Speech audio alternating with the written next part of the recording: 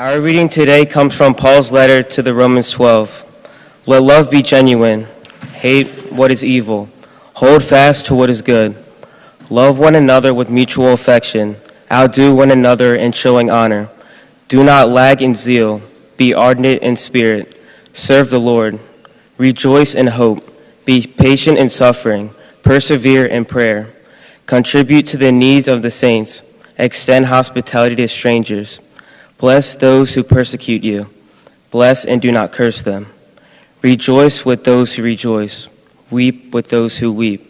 Live in harmony with one another. Do not be haughty, but associate with the lowly. Do not claim to be wiser than you are. Do not repay anyone evil for evil, but take thought for what is noble in the sight of all. If it is possible so far as it depends on you, live peaceably with all. In silence, let us reflect on God's holy word.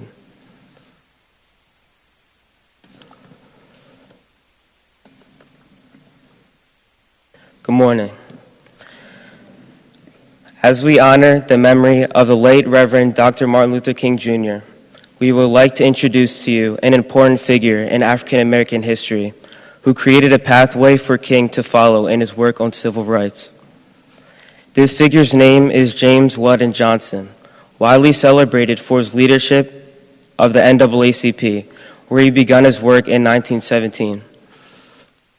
In 1920, he was the first African American to be chosen as an executive secretary for the organization, effectively the operating officer. He served in that position from 1920 to 1930. One of Johnson's greatest achievements was writing Lift Every Voice and Sing. Originally written as a poem to commemorate the birthday of President Lincoln, it was soon adopted to the NAACP as its official anthem. The song reflects the harsh realities of the Black Americans while also celebrating the achievements and determination of African American community.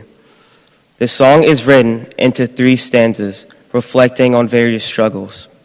The first verse starts with this: Lift every voice and sing, till earth and heaven ring, ring with the harmonies of liberty. Let our rejoicing rise, high as the listening skies. Let it resound loud as the roaring sea.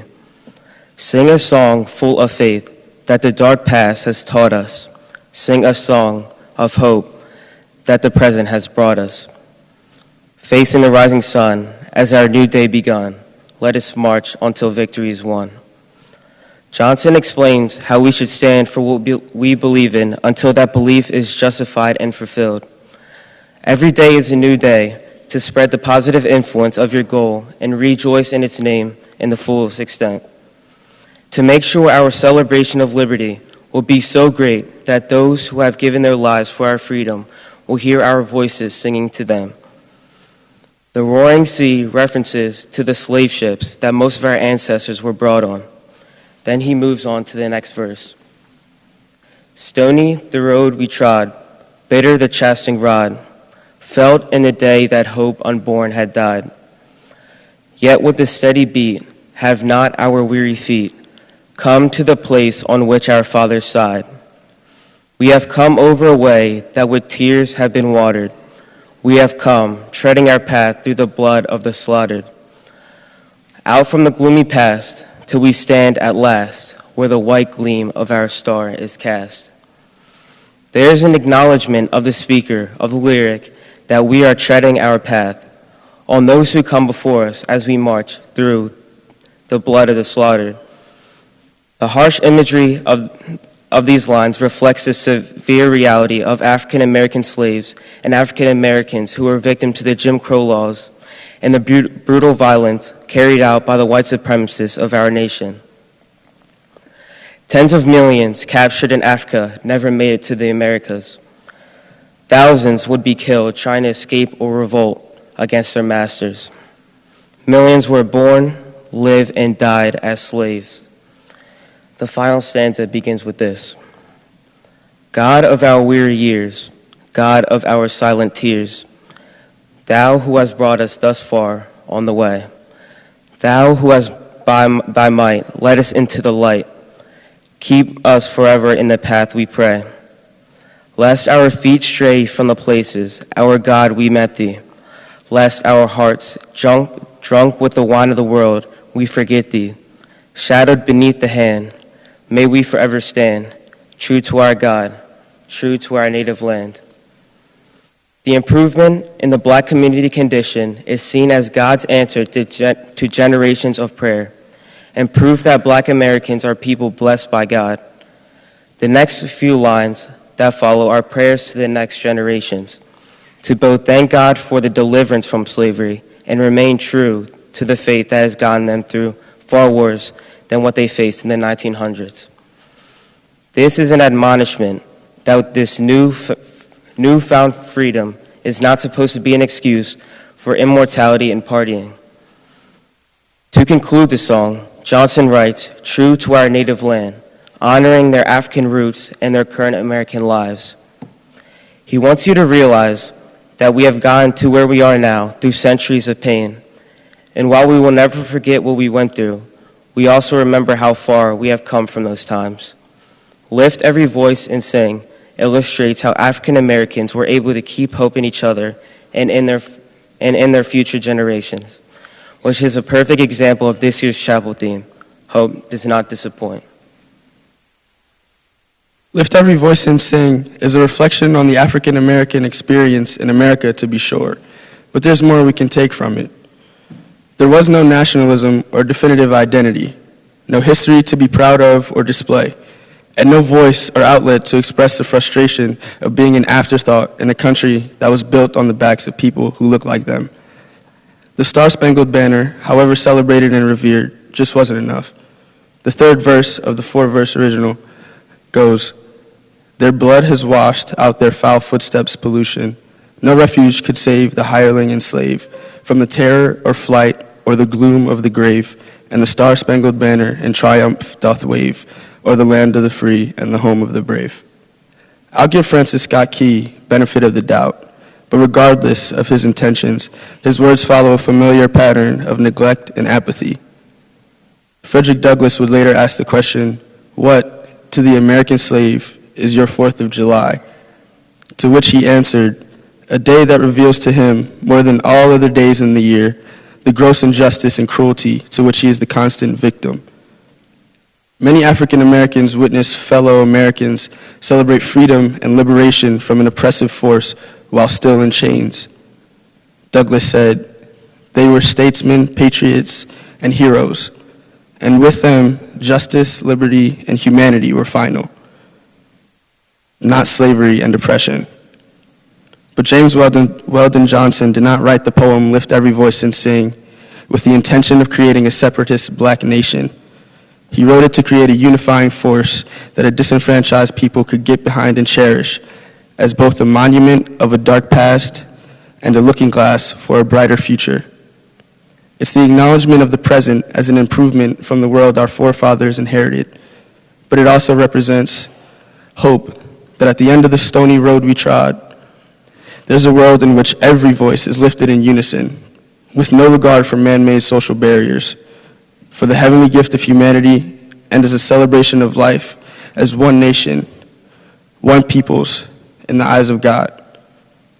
Lift Every Voice and Sing is a song that can be applied to anyone's struggle, especially in a country built on the sacrifice of countless individuals from many different backgrounds. Its history makes it impactful, but its message makes it timeless. There is and always will be hope for overcoming any obstacle we face along our journey.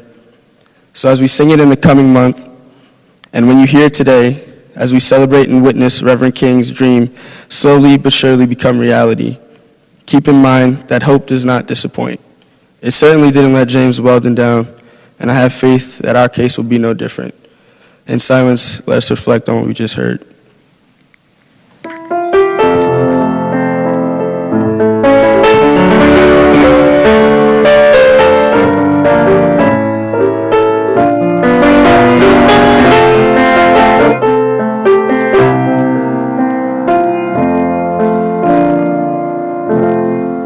Lift every voice and sing till earth and heaven ring with the harmonies of liberty. Let our rejoicing rise high as the listening skies. Let it resound loud as the rolling sea. Sing a song full of the faith that the dark past has taught us. Sing a song full of the hope that the present has brought us. Facing the rising sun of our new day begun.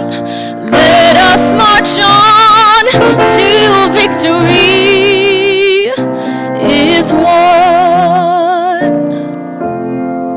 Stony the road we trod, bitter the chastening rod, felt in the day when hope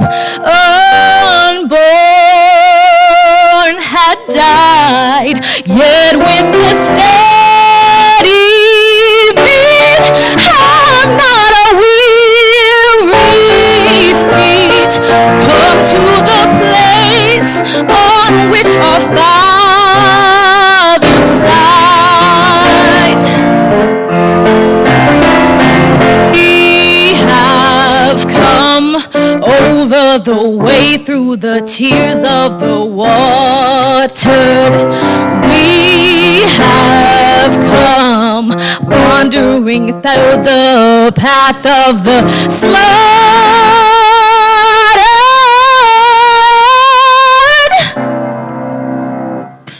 facing the rising sun of a new day begun.